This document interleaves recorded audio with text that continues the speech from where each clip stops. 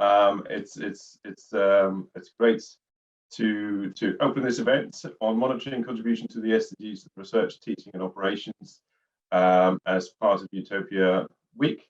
My name is Fred Darman. I'm an associate professor in the Warwick Business School, and I've been involved very closely with the work on sustainability SDG reporting monitoring at the University of Warwick, and together with Stefan and others, we've been talking about holding an event as part of EUTOPIA Week about how we can learn from one another and what sort of knowledge and expertise we might want to share when it comes to our contributions respectively as higher education and research institutions with regard to sustainability and the UN SDGs. So I'm very pleased to have a full panel here with me today from the EUTOPIA Network.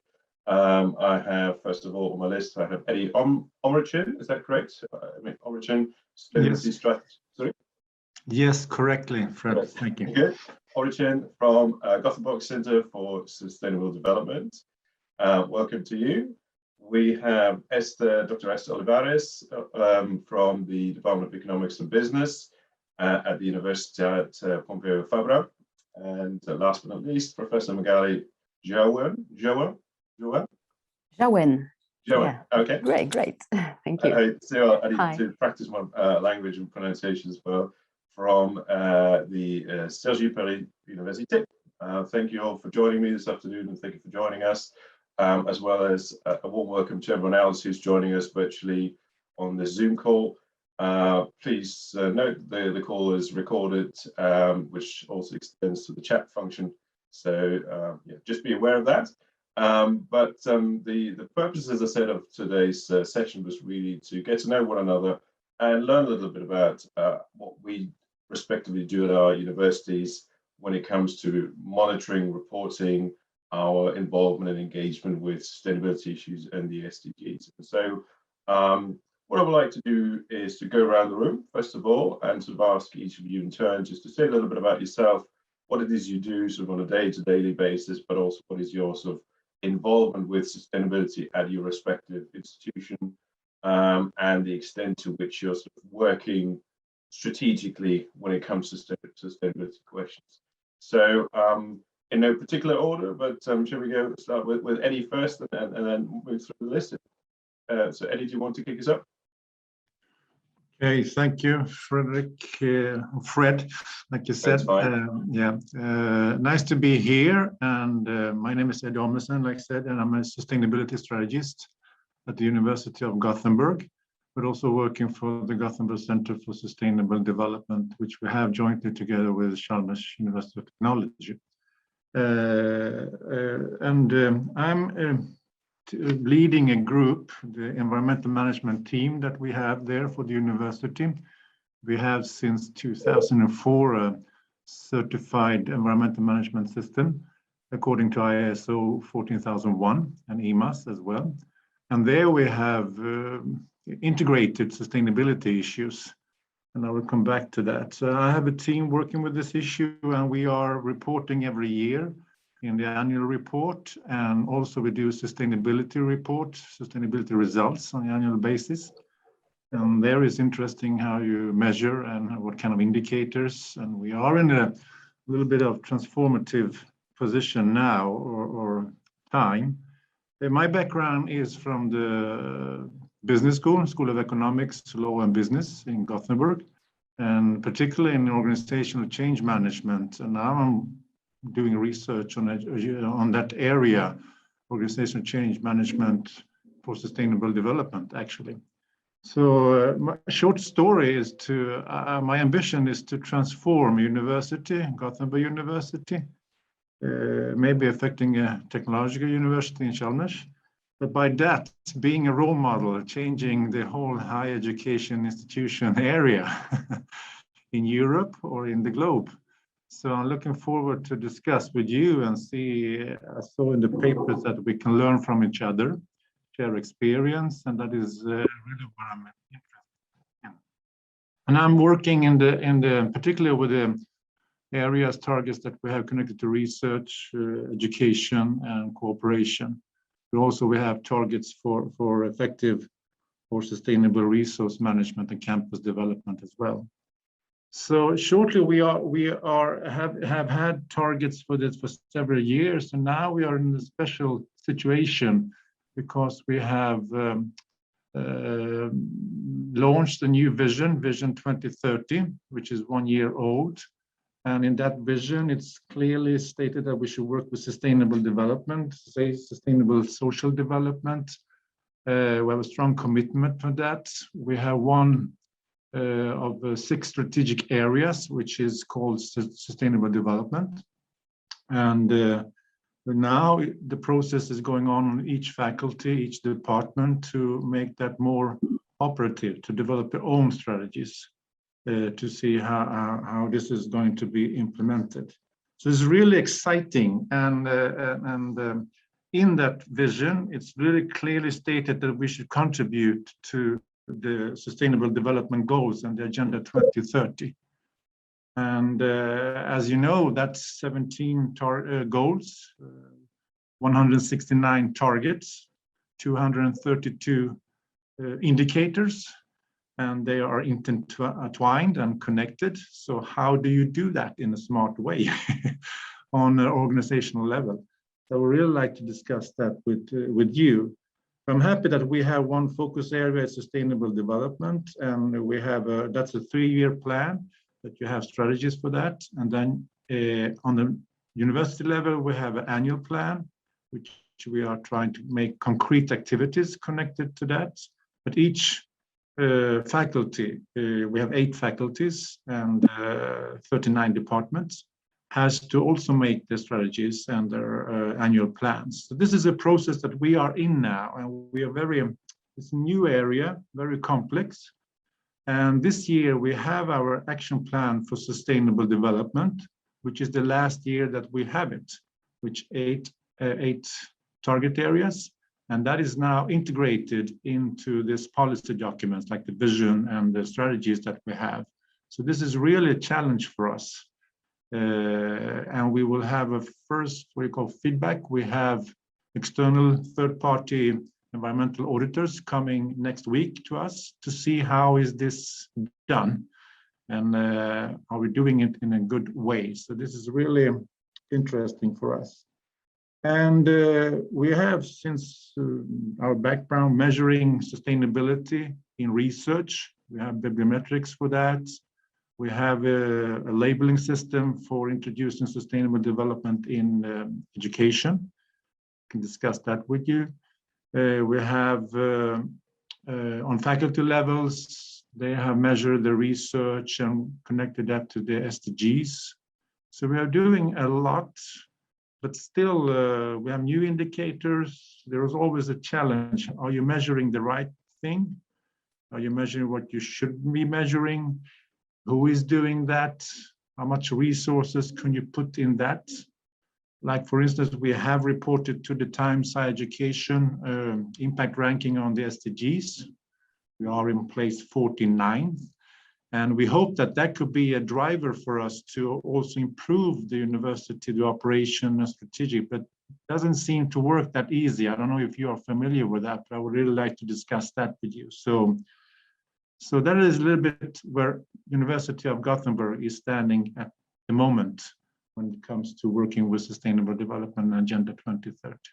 Right, thank you, Eddie. That's very, very detailed. Lots of great points in there. Just for brief clarity or clarification, your Gothenburg Center for Sustainable Development sits across the 2 universities and advises both of them separately, or what's the relationship between? Yeah, actually the main target there is to initiate cooperation between the universities to be stronger in integrating sustainable development, both inside the universities, but also to be stronger to when it comes to cooperation on regional level, on national level, or even calls on EU level. So that's the main ambition with the center, you know. Interesting. Okay, thank you. Great. So what I'll do is we'll go around the room and then sort of pick up on some of the themes, if that's all right. So if I could pass on to Esther, please, about UPF. Hi, hello. Well, thank you very much for inviting me. And I'm also looking forward to learning actually from you. At UPF, the basic that we have is this planetary well-being approach, which is a strategic area that we decided to give shape 2 or 3 years ago. And that's to choose a few research areas that we would give more strength around the concept of planetary well-being and not so much around SDGs. Okay? But that's the research agenda. Then there's other agendas that we do deal with SDGs, and we use the framework of the SDGs. But we haven't found, what we do is work in strategic plans. So we have a strategic plan for gender equality. Then we have a specific strategic plan for environmental sustainability on campus and green campuses. And we have another one on diversity. What I haven't been able to do is to put all together these things, because for instance, gender equality deals with teaching and deals with research and deals with how you promote and select your professors. So having an inclusive environment deals also with teaching and deals with research. So all of them are very wide. And what I find difficult, and I think it's a challenge for everyone, is how to make sense of all of it together. No? So planetary well-being is good because it's very research oriented. But when you go down to operation and other SDGs, the approach that we are following is this separate strategic plans that are interrelated. Well, I haven't introduced myself, but I'm the Vice Rector for Social Sustainability and social Compromise and Sustainability. I've been in this position for 6 months, so I'm still getting my gatherings around this. But so any help I can get or any ideas, but this is basically how we do it. We also are in the ranking, the Times Higher Education. But a couple of years ago, we tried to report using the Global Reporting Initiative. They are very widely used in companies. So we adapted those indicators, and we did it for 2018 with new indicators and adapting the others, so that it's not so dependent on an external party, but something that we can monitor from year to year. And your role, as you were talking about, that role is university-wide? Yes. So you do speak to others who are focusing on perhaps environmental issues or gender diversity or inclusion. Exactly. You're trying to figure out how to bring it all together. Well, I've decided it's not possible because they have different tempos. So now, for instance, the gender equality plan will come to an end. We will be doing another one. And I think we are a very small university, but even being small, it's very difficult to put together all these elements at once on the table.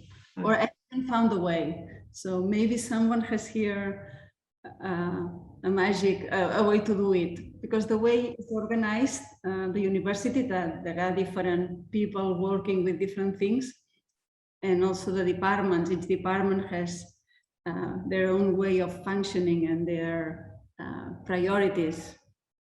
So, yeah. Great, thank you, Esther. Very, very useful. I think we can come back to that, and certainly I like this reference to the GRIs. That's something I would like to also come back to later to see what we can learn from that or not, depending. Great, so over to Magali. Would you like to tell us a little bit about University of Spain? Yeah, thank you for inviting me, and I'm very glad to have the chance to share experiences and ideas about this subject, this crucial subject. So I am a professor at law at CUI Cergy Paris Université since 2018. And in October 2020, I became Vice President for Strategy and Partnerships of CUI. And because CUI's university ambition is to contribute to tackle sustainability challenges, This core mission, which is transversal, is entrusted to the VP in charge for strategy, international, political, institutional strategy, with the support of various project managers. So to live up to its responsibility as we can say a university in the Anthropocene era, CY is building a systemic or holistic roadmap for ecological and social transition that will transform CY into a solution and empowerment factory for societal challenges. This is the purpose. We want to answer the call of young generations who said now it's the time to act, tomorrow will be too late. And we are listening to multiple socio-economic actors who need graduates able to understand these issues in their complexity and globally, and to build sustainable solutions. And for that, we need to redesign the HER's ethics. We can no longer simply create and transfer knowledge. We must also create and transfer know-how and soft skills to empower students and also researchers and teachers and staffs in university, and give them the key to build solutions for a sustainable world. Just before I present the guidelines of this roadmap, CY roadmap on transition, let me just do a simple remark. When we talk about sustainable development and social responsibility, I'm a lawyer, so allow me to speak just a little bit about the law. In law, there is a special concept to designate a legal responsibility. It is liability. Liability is a responsibility for actions, for example, to pay damage caused to a person or and to goods. It is looking to the past, and it provides a reparation. When we talk about social responsibility, it is no longer a responsibility for acts, which is turned to past. It is a responsibility for the impacts of our actions. It is looking to the future. It's a future-oriented responsibility. For me, it's very important because it tells us a thing. We need to measure the impact of all these transformations that we want to implement in our institution. And for that, monitoring and reporting indicators are a very, very precious tool, such as the 17 SDGs, like a guide, a tool. Yes. So for that, and I make my speech brief. For that, we have a roadmap on transition, and this roadmap has a time frame 2030 with SDGs agenda 2030. We are developing an action plan structured around 3 axes: an academic axis for committed and innovative education and research, a territorial axis to create sustainable, inclusive and innovative campuses for students, and there are a 3rd axis, which is organizational axis for fair organization and sustainable infrastructures. And this action plan is monitoring. We made an annual report on a sustainability action plan. And for that, we have multiple tools, but maybe I can speak later about specific tools like labelization, certification, added to THE impact, THE impact. Very interesting, Magali. That's fascinating as well. Thank you, especially for throwing in a bit of legal, a legal perspective on this. Is it just, if I may add a little follow-up on that? Do you think that there could come a time when students take universities to court, almost a bit like they do with oil companies and others, to say, well, you have a duty to the future and future generations.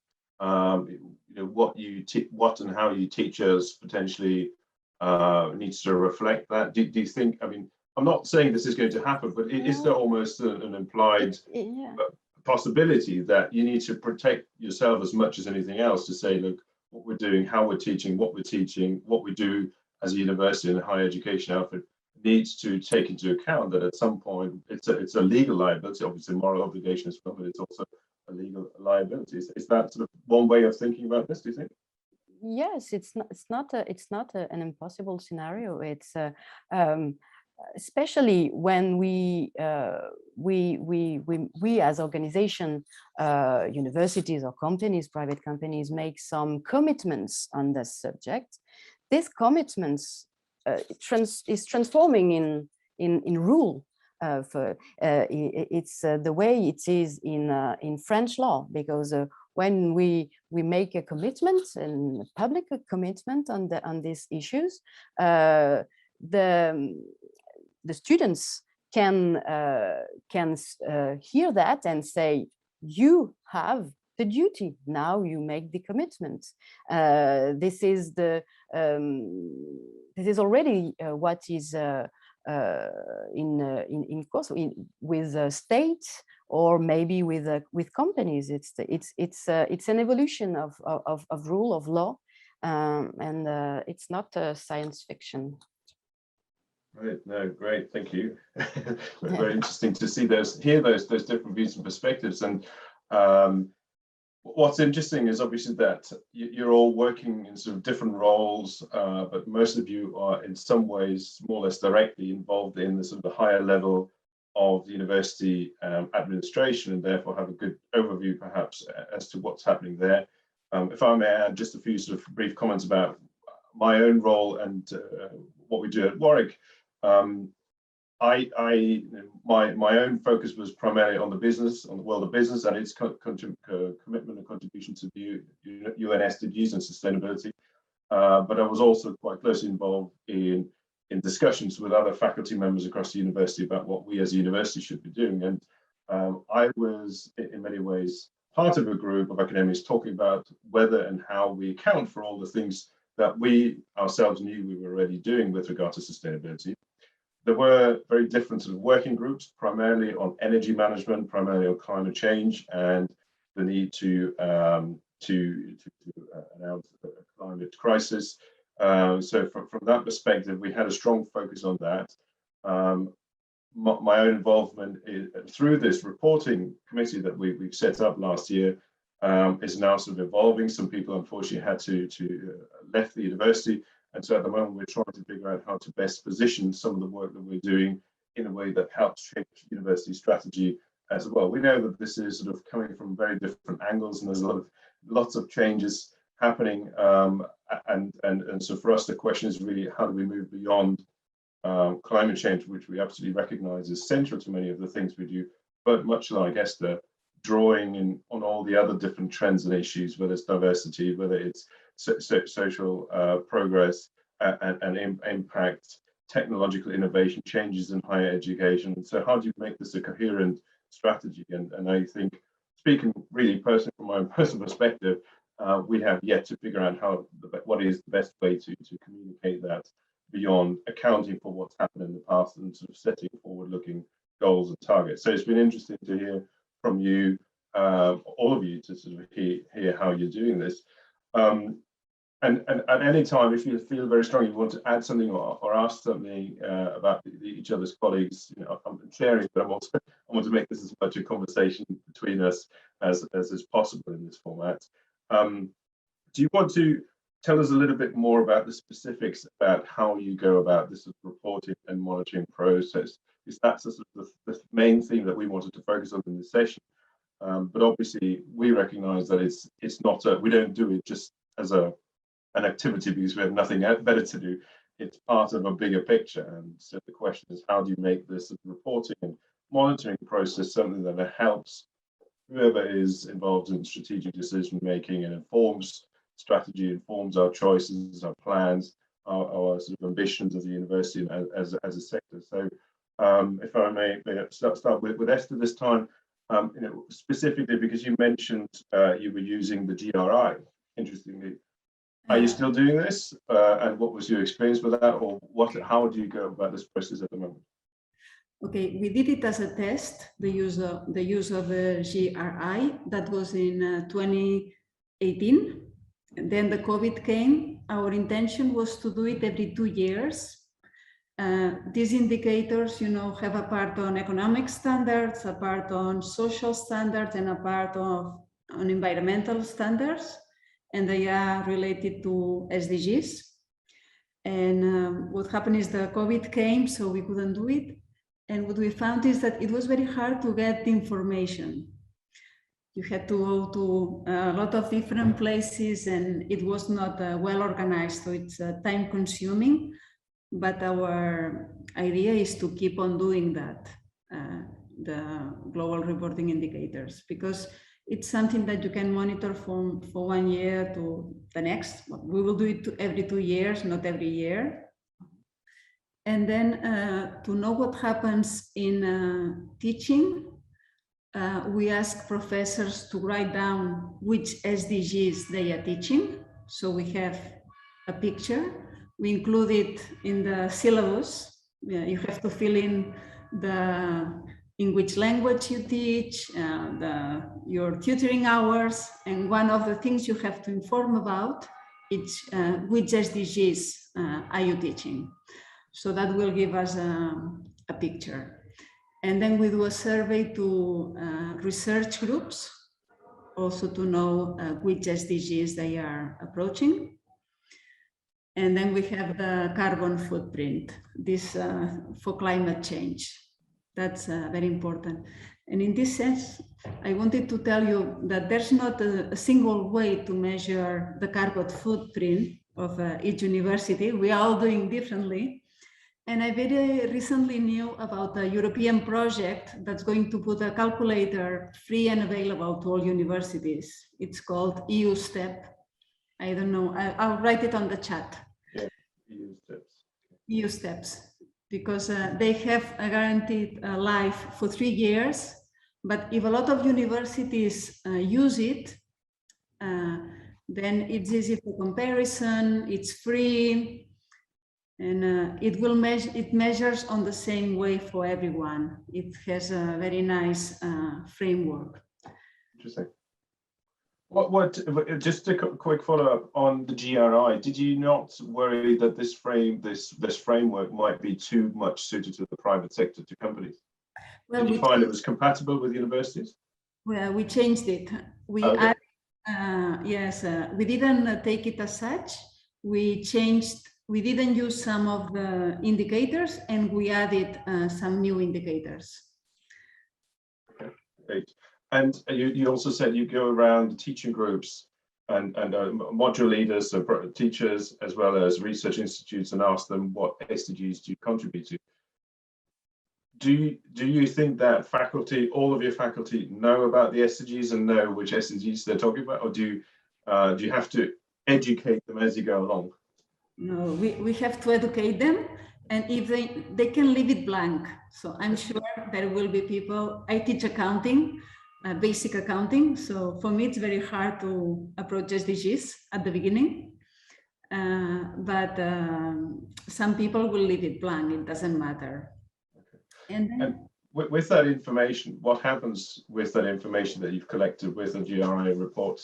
We put it together and we do some graphs with that. And then where does it end? Who gets to see it? Maybe if I can share a screen. Yeah, sure. I will. Let me see. While Esther's sharing her screen, Fred, I can see Eddie's got his hand up as well. Oh yeah, okay. Eddie, do you want to jump in at this point? Yeah, just commenting on the GRI question. I think that's interesting. We did that, it's 10 years ago. We reported for a couple of years on GRI reporting, B level, and it's a challenge, like Esther said, and very time consuming. And we ended up doing that report. We were very proud of it, but the dissemination of that one, nobody read it. And we didn't spread it. So what was the use of the results? And then we start to look for another strategy to integrate our results in the annual report, because the annual report is sent to the government and is more disseminated. So that's what we took as a decision, to integrate that in the annual report. But on the other hand, you lose this comprehensive pictures and graphs and statistics, like you said, Esther, when you do the GRI report. So we are struggling with that. How much would you like to report? How much resources do you have? But also, what kind of use does it create inside your organization, at the university, and also for other stakeholders? So that is a challenge, because it's always interesting to monitor stuff, but what kind of use and how much resources can you put in? Very, very good points, Eddie. We'll come back to you next, but Esther, if you want to briefly tell us a little bit about your reporting, so using radar charts. Well, this is last year an attempt that we made. This is medicine, and you see that all subjects deal with good health and well-being. So that's very good news. But there's also something on industry and innovation. So this was like a test. We don't have the results for this year. So that's but that allows you potentially to sort of track changes over time and across whole faculties. Yeah. This is the summary, then you could look at other. But this information was just shared on the website, or shared with particular? Yeah, shared on the web. On the web. Yes. And do you track again sort of how many people are looking through this, and what sort of, or do you receive any feedback on that? Yes, I mean, here, I don't know, do you still see the screen? Yep. This is what the professors have to fill in each subject, no? Presentation, learning outcomes, and then they have to fill in these sustainable development goals every year. So every year we can download the information and see how many teachers they are filling this space, which SDGs they are approaching. Okay, great. Thank you. Eddie, do you want to sort of follow up, because you sort of jumped in with your comments on GRI? How do you go about the reporting and monitoring process nowadays? So you said you used GRI in the past. What's your approach now, and how do you? Yeah, we are measuring the targets that we have in the action plans for sustainable development, and we put that in the annual report. Then we do a separate report, which is more like a PowerPoint on each target, that we call the sustainability results. And that's bibliometrics we have a system for bibliometrics measuring research, which I think Times Higher Education has been used for their measurements. And the bibliometrics are also added the SDGs now. So we have that comparison backwards. That's one in research. When it comes to education, we have a labeling system. We have 10 criteria, and now we have revised that. So from next year, we will also be able to label courses and study programs according to the SDGs, which is a challenge. I would really like to discuss how that should be done. So you can ask, and we also have this system. You can do it on the learning outcomes if it is sustainability focused or related course or study program. And that is, of course, some like it, but many are also against it because it's time consuming. It puts more work to be done, and we believe that it's helpful for teachers and program managers to actually add the connection to SDGs or sustainability. And also that we believe the students are choosing courses or study program if they are committed in a more way. So we have label courses, study programs, and the students come back and they are very, they said that this is not to be labeled, this is false marketing. So we have this, for me, it's more like a process to integrate sustainable development, because the target at our university is to integrate sustainable development in education.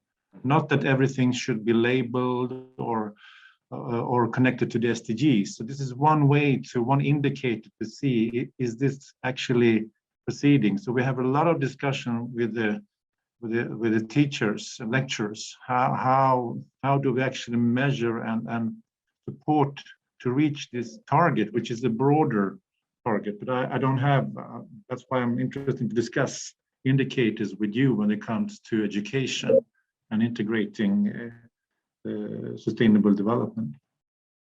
We also have, when it comes to measurement of climate, we have new climate targets. Climate is important, so we have a national climate framework that we have signed, and now we're implementing measures on that. And we have a target for CO2 reduction with 25% to 2024 and 50% to 2030. And I think many students think this is not too ambitious, but we think that we support the Paris Agreement there. So that's what we are doing, and we have developed one, I can share one interesting tool, not only a measurement, but how to deal with the SDGs, is what we call the SDG Impact Assessment Tool, which is web-based. I can send you the link.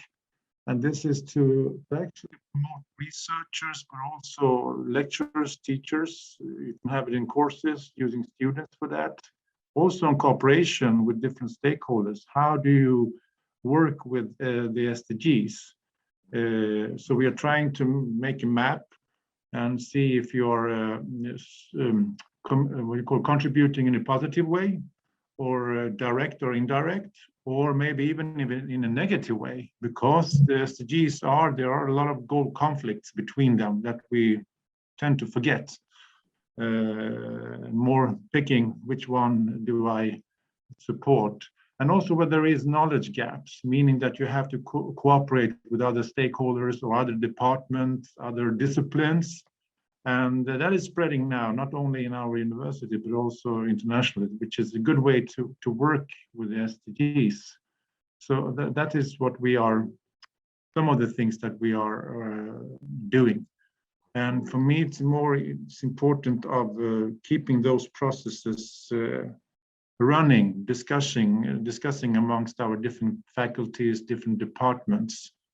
How do we work with integrating sustainability in our university? And very interesting. Yep. Thank you. And beyond the annual report, how else do you try to disseminate that type of information or use that information?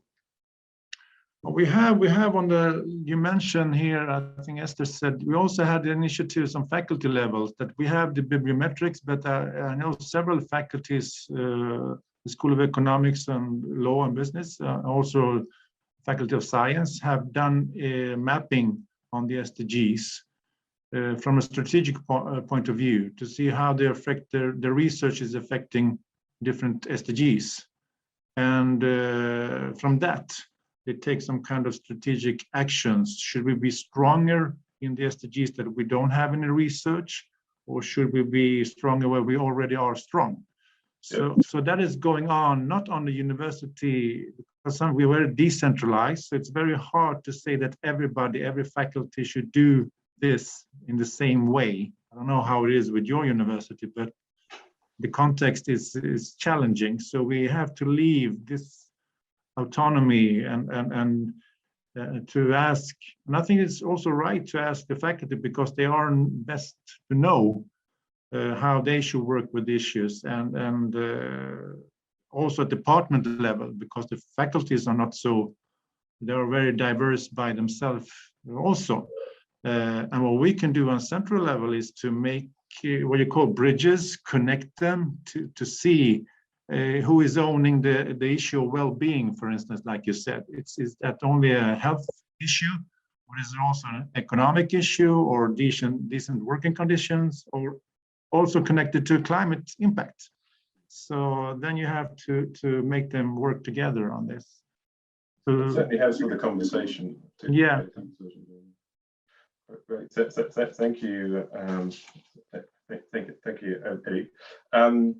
Magali, you mentioned autonomy, Eddie, and I know Magali have mentioned autonomy earlier as well, particularly in this difficult setting of universities that have different faculties, departments, different subcultures, and different sort of traditions of how they do things. How are things working for you? You know, you developed a roadmap. How is that imposed in many ways from the top down, or is that No? You know, No. It's, invite we collaboration? don't want to do that. And more than autonomy, it's about academic freedom, scientific freedom, and as Eddie say, we can't make this transformation without researchers, teachers. It's the way, that's the only way to make change, because they are experts, and if we are not convinced, you can commit on that subject, and this is not the plan, this is not the project. And I agree with Esther and Eddie about the fact that this challenge is one of the hardest, and we need to make we need to be realistic. We need to make proof of humility, and moreover, we need to share experiences. And for me, all that labels, rankings, all that tools that are very time consuming. I agree with that. They are not an end at itself. All that is like a tool. The fact that it is relied to SDGs, for me, it is a chance for us, for all of us, to speak a common language. I see that at first when we use a labelization, we call it label DDRS, SDSR. The labelization is not really the goal. Which is more important is the frame of reference, the baseline that that tool gives us to monitor the contribution to SDGs and to make sure our actions have a real and positive impact. And for me, that's the most valuable part of all that tools that we can use at national or international level. And the SDGs, we cannot pretend to embrace them and to solve the problems. They are a tool we need to use with precaution, because some of them are contradictory. They are all interconnected. So we need to have a global, a systemic approach, and when you launch actions, when you think about action plan on sustainability development, the first challenge, as said Esther and Eddie, is to make a map, a mapping of existing, we need to how can I say? Yes, we need to evaluate our strengths and forces, because all that actions must be adapted to identity and forces of each organization. So these tools, these rankings, these indicators related to SDGs, for me, it's the precious value is that it allows us to speak a common language, and we talk about a lot of impact, and for me, it's close to a specific model we call civic university. You know this concept. The way we must think is we want to be able to answer two questions, and as John Goddard said, not only what are we good at, but also what are we good for. So yes, the indicators, this is the way we can report and monitor. Just a last remark about all that tools. There is a very there's a problem, there is a strong difficulty when we monitor SDGs, is to connect all that evaluation, all report with global quality assurance policy inside establishments. And at the beginning of the action plans, maybe the main obstacle is lack of time and complexity to implement this, to have an evaluation of the real impact of actions. Great, yeah, thank you. I was going to come to that, Margaret, to the big challenges and questions. So you sort of preempted my last point there. Before we get to that, just also again for completeness sake, some of the things that we've done at Warwick on the reporting side. So in the first year, last year, we used a very traditional approach. We used the 17 UN SDGs, went through them 1 to 17, looked across research, teaching, and our own campus operations for examples of where we felt we had done something that contributed to each one of these goals. We did this really, as you say, as a sort of baseline mapping exercise to get a bit of an understanding of who's doing things and what are people doing. But we also knew that this was going to be very much almost like a box ticking exercise. You go through each goal, or someone's doing something on water, we do something on diversity, and okay, it was the sort of the first attempt to report. This year, what we've done is we've tried to move away from this slightly and develop a slightly different narrative also about the role of why we wanted to report and create this monitoring. And so instead we used a sort of more what we call Nexus thinking approach. So we said, let's look for examples of where academic researchers and research projects, or where new modules, new teaching programs try to connect with multiple SDGs simultaneously, or recognize tensions and trade-offs between them. That's very difficult because you're lucky if you know if anyone's doing anything on the SDGs, explicitly label them, but you're even luckier if they explicitly say, in doing so, we tackle multiple goals. So a lot of that work was done by us as a group to try to report on this. And so we had to impose our own interpretation of what we thought people were doing. And obviously we asked for their clearance and checking with them if that's roughly what they thought was happening. But it certainly showed to us that in many ways, getting people to think about the SDGs in their research projects and their teaching is a starting point. But the next hurdle, the next step up from that is them to say, do you know and understand how your work is touching on multiple SDGs, not just one, not just on energy, not just on climate, but many of the other issues? And are you aware of those tension and trade-offs? So we had a shorter report with examples, if you like, to perhaps inspire our faculty and other collaborators to think about these issues. And that was sort of the message that we want to get across, rather than to say, here's a complete picture of everything we do on the SDGs across the University of Warwick. We haven't, I don't think that we've launched a report yet, so it's not quite out yet, but we'll see what our colleagues and others will say to this, whether they like this, whether they think it's useful, whether this tells them something. Because we also said, as you mentioned, Eddie, it's one thing is to account line by line in a very detailed manner about what it is you're doing to universities or to the government.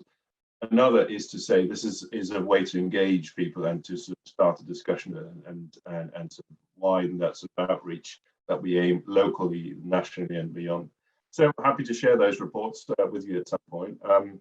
In the interest of time, we can probably talk about this on research for an hour, on teaching, on the SDGs for another hour. So we're sort of coming towards the end. But what would you say, Magali? You said lack of time, complexity of the issues are sort of the key barriers towards reporting. Any others you want to add to that, or are these sort of your key highlights, the main challenges when it comes to this sort of work?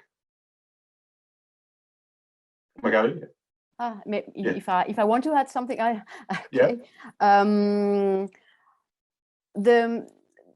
Maybe just this remark, which is complementary. The difficulty in universities is we have a lot of work to train staff, all staff, and that this is maybe a challenge that we is maybe the first challenge.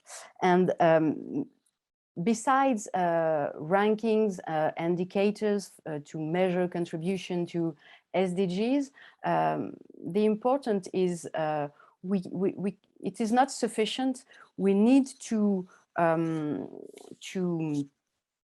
rely on specific values. We need to choose values, common values not at local, at international scales, and the approach must be a partenarial approach. It is very important to have an impact, to have a chance to have a positive impact. We need to have multiple stakeholders, both academic and non-academic. We need to have local authorities to be stakeholders of this transformation.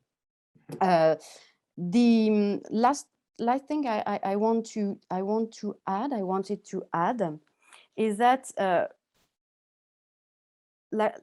it is very difficult to define perfect adapted indicators. That's the fact. But for that, the way we can define the perfect indicators or the measure tools, for me, it is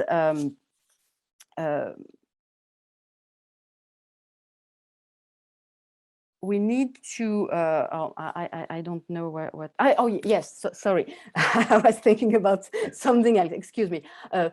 We choose, but I don't know if it is the way we can the perfect way, but we adopt an entrepreneurial approach. The idea is that we need to launch actions, we need to test, we need to experiment in this subject, and for that we need to build actions with all the community, with students. We need to give funds to students to promote students' initiatives on that, and to share ideas. And this is for me an important idea. So indicators, we can conceive them as short time actions. We need to have a very regular and often a report on the impact of actions. Interesting, yeah, more frequent reporting in some forms, and I like this focus on failing fast and trying new things, being innovative and entrepreneurial. Esther, how about UPF? What is the big barriers, big issues that you encounter? well, for me, is how fast we get teachers to change the contents of, because the baseline is the content, no? So that we have, that the students are prepared for what they will face, no? This clicking clock to humanity. So how to it so that professors adapt very fast the knowledge that is changing very rapidly, so that the students are prepared. That should be adapting the curriculum and making sure that faculty can teach it. So that students come out prepared for the new challenges. And sometimes having indicators helps to create this sense of pressure. Yes. Because if there's no indicator or there's no policy, then it's very hard to sell it. So for me, it's very useful to have the indicators to say, look, we have a problem and this is happening. And I just wanted to share something. Yeah. As a Catalan system of universities, we have gathered together and we work together on some SDGs things. It's translated in English, so I think I will write the link in the chat, and you can see what each university does for each SDG, and we help each other in some things, because for some it happens with like in French, like Magali was saying, that some things are very rigid. So sometimes if we go together to the government and say, look, we need to change this, it helps if there's a group of universities asking for the same. Okay, so it's a regional collaboration. Yes, we have a very strong collaboration on seven or 8 universities around the Agenda 2030. So there are some things that we can do together. For instance, now we are creating some materials, like pedagogical materials on SDG, which is something very simple, but maybe if you have to do it on your own, it takes a lot of time. But with a group of 7 universities, you can do it quite fast and it has more impact. So that helps a lot, alliances. Brilliant. I like that. Thank you. Last but not least, Eddie, what are your sort of thoughts on the big barriers and challenges and how we can address them? Yeah, great to have the discussion. I would like to continue that, Fred. So hopefully you will invite us to more. We don't have to wait 6 months to the next Utopia Week. That's my conclusion. Good, and Magili talking about the barriers of time, but I see the opposite. If you attract people, having some kind of peer review instead of forcing them top down, then you can have action and they find the time. So it's more about what is in it for me, what is the, do I see any importance of these issues that we are raising. And one reflection that we have been discussing in my team is the issue that the sentence is, if you can't measure something, you can manage it. And it's very nice to say that, but then you end up, how do you actually do? What do we measure? And we also have qualitative measurements, not only figures, because that's a pitfall that you fall in. You know, you can't measure everything by figures. Even still, figures looks very nice, and they give you an impression of that you are in charge of what you are doing, the targets and stuff like that. So qualitative measurement could be of importance to transform our universities. I would really like to elaborate on that importance of working both quantitative and qualitative in that sentence. And I think there are a lot of issues that you have raised here, the challenges, how to develop this. Sharing is one important, and I think as I said also, to working together on these issues are of great importance to see how we can learn from each other. So I would like to have some kind of future discussion on targets, indicators. I think it is important to have that. And we mentioned autonomy. We have if you measure too hard, new public management theories, you know, you have, and we can't just come and say that SDGs are important, because not everybody jumps high when we come with them. So we have to include research. Maybe there is research on this to be done as well, because sometimes we work like we don't care about the research. And I like to, on indicators, on monitoring, changing behavior and transformation, like you said, how do you actually do that? Big challenges. But I believe still that monitoring indicators are of value to keep these processes going on. And one reflection that I have, we can struggle inside our universities very much, not getting the attention, but when the other outside stakeholder, maybe a government agency giving funding, demands that you should have in your research application some kind of how do you connect, how do you support the SDGs, then every researchers come and ask for a tool. Suddenly you have that rapid change. And that is also when it comes to curricular development. We have now a change with one of our, you can apply for grants, and they are going to plan to use our labeling system. And suddenly a lot of teachers are interesting. How can I label my course, my study program? And then you want to encourage them, and then you also don't want them to be like greenwashing or SDG washing. You have to have real commitment and real transformation. So that's a challenge also, that we are not at universities ending up just SDG washing or our universities, if you understand. That's a pitfall. But external stakeholders are important to involve. Okay, thank you. Thank you to all three of you, to all four, and everybody else joining me on this panel today. It's been really fascinating. I'm sorry we only had 1 hour time. We don't know whether we underestimated how much there is to talk about. We could easily have talked about SDGs and research an hour, teaching 1 hour, targets is another. So for every one of those aspects, we can easily spend a lot more time. I feel like there's been some great comments in and feedback from others.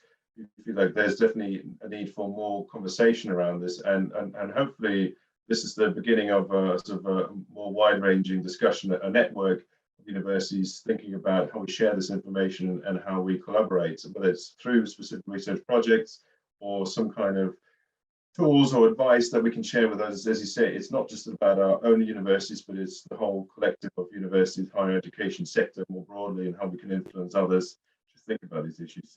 So hopefully this will be a great starting point for that conversation, and we'll meet again in some form or another, either virtually or who knows, one day even in a room, and we can have more conversations and even a coffee with that as well. That'd be fantastic. We're slightly over the time. Apologies for those of you who had to leave, but to Magali, to Esther, and to Eddie, thank you all for joining me. Thank you, Steph, for organising. I hope you all have a great day and you stay safe, and hopefully see you at some point soon in the future. Thank you. Thank you very much. Thank you. Bye. And I'll see, Stephanie, you will organize the future discussion. I look forward to that. I'd be absolutely thrilled to, and I'll be in touch. And I've also put my email address into the chat, so I'm aware that none of the participants had the opportunity to ask questions. So and we welcome anybody who's participated today in future events that we organise. So, but what I don't have is your details. So if you're interested in future events, if I'm going to organise them, I can make sure that I invite you. If you just drop me an email, I've put my email address in the chat. Yeah. Yes, I hope we will have another occasion to discuss, because yes, so as a lot of things I want to share with you. Thank you very much. Feel free to share your latest reports with us. If you have something, I'm happy. I'm sure we'll do the same, just so we get an idea of how and what you report. That's a great starting point. So please share it with us, and we'll do the same. Okay. Thank you very much. Bye. Thank you, everyone. Thank you. Thank you. Thank you.